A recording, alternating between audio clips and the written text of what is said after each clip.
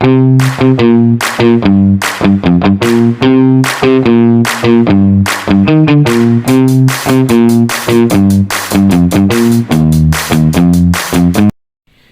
teman-teman semuanya, perkenalkan nama saya Saul Habibah dengan NIM 250306019. Nah, di sini saya akan menjelaskan tentang skema peredaran darah. Nah, di sini sudah ada di depan kita preparat dari jantung. Nah, bagian dari jantung ini ada 4. Yang pertama itu atrium dexter, atrium sinister, ventricle dexter, dan ventricle sinister. Nah, di sini juga saya sudah menyiapkan skemanya tentang mekanisme peredaran darah. Kita perlu ketahui ada 2 bagian dari peredaran darah, yaitu peredaran darah kecil dan peredaran darah besar. Kita mulai dari peredaran darah kecil, yaitu dimulai dari ventricle kanan ataupun ventricle dexter.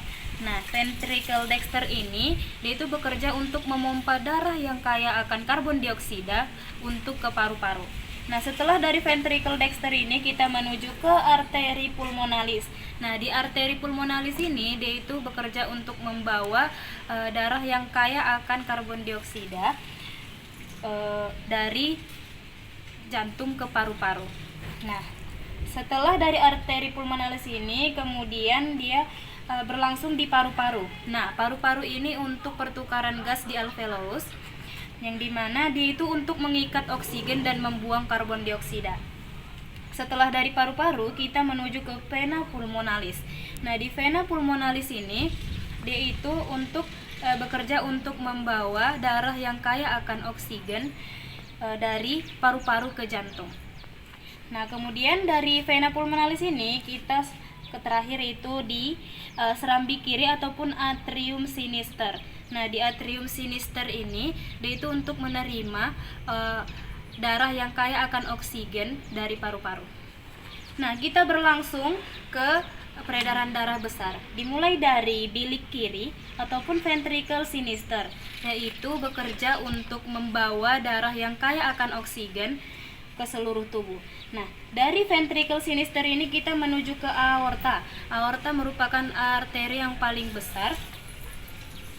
Nah, setelah dari aorta ini, di aorta inilah dia itu oksigen itu disebarkan, baik itu dari atas maupun bawah.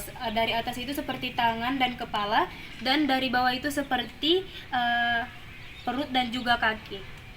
Nah, setelah dari aorta, kemudian itu menuju ke vena cava inferior. Nah, di vena cava inferior ini itu bekerja untuk membawa darah kotor dari bagian tubuh bawah. Nah, setelah dari vena cava inferior, kemudian itu di serambi kanan ataupun atrium dexter.